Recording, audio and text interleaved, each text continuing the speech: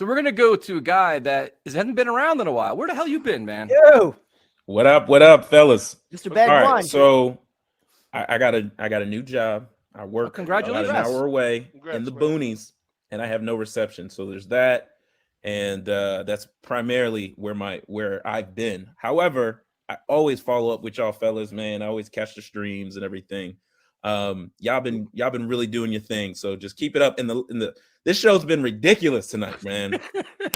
It has truly been a pleasure. It has truly been hilarious to see. The chat is in full effect. Damn. But it's good to see everybody, man. What up, y'all? What's going on, bro? Congratulations on the job, man. That's awesome. Appreciate it. And I got 2 small kids, man. Whoever said anything about terrible 2s, we're lying. Terrible 3s is a whole nother ballgame. That's a separate conversation. So what are your thoughts on the game, man? Well, you have 2 weeks to talk about. You have the Ravens' disappointing game, and now you have a improbable win against the Browns. Yeah. So I guess I'll be real, but I'll be positive. I mean, so let's start, of course, with the bad, right? We guys have been talking about it through and through. I watched the replay a few times. Damn, Ulbricht's scheme is not it, right? These guys struggle with the same things, and they're putting it on film, and teams are literally just going to keep doing the same thing. Yep, absolutely. We can't stop the screen for the life of us, and I also think that impacts our pass rush, right? These guys are scared that the ball's going to get thrown over their head, so they're not really pinning their ears back and doing what they need to do because they're going to miss something, right? Linebackers, I mean, CJ looked rough out there. Yep. Now I know they're running tandem. They got some big jokers over there, but man, they were struggling in the linebacker space. And then of course, made him look bad on that one run. Yep. oh yeah, Oh, man, like broke his ankles. I'm like, that's Exactly. CJ. Oh no, Lord help us. And as you know, our safety play. Well, I could tell. What's his number 3? Every time I get him on the show, I can't remember these players' names. He's banged up. He didn't look like he was coming out the way he did in week 1. Our strong safety, and then of course Joyner. Damn, yeah, he probably should have hung up the cleats. So that being said, the team did not quit. And then another thing on offense, they were down or whatever, but they were just shooting themselves in the foot. Like every time they had something going, they were shooting themselves in the foot. Whether we were playing against the Zebras, which seems like happens all the time. Yep. 2 weeks in a row. Drop balls, you know what I mean? Penalties. Errant throws, you know what I mean? We should have been in that game, even though the defense wasn't doing what they needed to do. Now, I will say that strip sack too was huge. Yeah. oh my goodness, Yeah, it that was. shifted momentum. Oh my goodness, that killed us, right? Yeah. So the game would have been completely different if we just continued to execute in the money zone. Yep.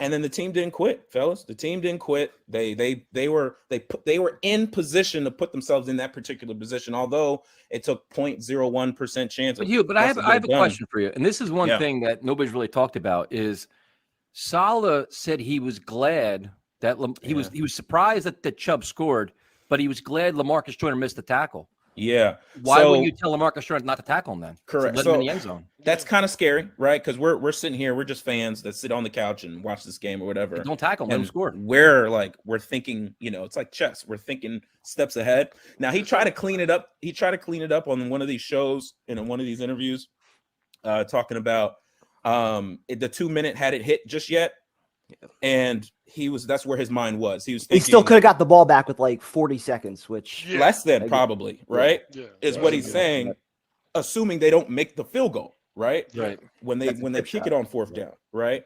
So that's still a little scary though, but I see what he's saying, but it didn't really make any sense. When he said that, doesn't make any sense. Didn't sound good when he said it though. I think it was Garrett Wilson that said, the receivers coach, Miles Austin, said they just gave us our only shot by scoring a touchdown there. And so if he knew that, you would hope that Saleh at some point they would have let them score. Let's get a chance to get They the ball have back a here. game management, time management coach that does all the analysis. Wouldn't that guy tell him, hey, listen, man, you're here. Let him score. It's your best chance to win. Sure. Yeah. Where was he at? Right. Where was he at?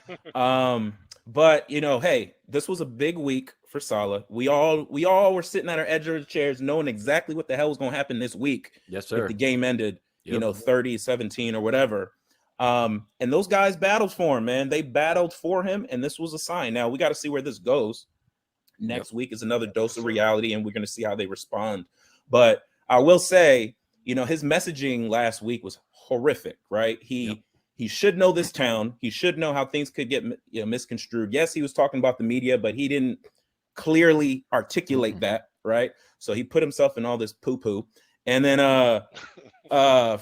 he did give everybody, right, these people that have been, hating on him, big FUs, right? Because we've been giving him a lot of, and Joe Douglas, a lot of flack for the roster makeup.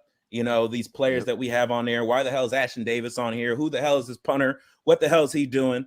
And a whole bunch of fellas, he showed his trust in these guys, and they came out and did what they needed to do. Yeah, but see, I don't think field goal kicker was kicking balls. But the thing is, though, it's like the defense came out flat as shit, and they looked unprepared, dude, in the first quarter. Like that to me, that was my speaking point to primetime most of the game. It's like, here's your receipts thing. This team's supposed to be fighting, scratching, and clawing for you, and the defense was getting manhandled. That to me was kind of an indictment. That's why I think the winning is kind of overseeing that. Because I was on a rampage, dude. I was ready to rip the shit out of this team after game. So I'm like, this isn't. Dude, they were arm tackling, they were taking terrible angles, and it wasn't changing, man. I'll give them this. Whatever adjustments they made at halftime. Let me finish my statement now. I didn't say they were getting punched in the mouth all first and second half. Yep. In the third quarter, they figured something out, right? They got some stops. And then, of course, towards the later end of the fourth quarter, shit went crazy again. Mm-hmm. But I will give them that they actually got some stops and, again, put themselves in position to kind of get back. But the offense wasn't necessarily getting it done.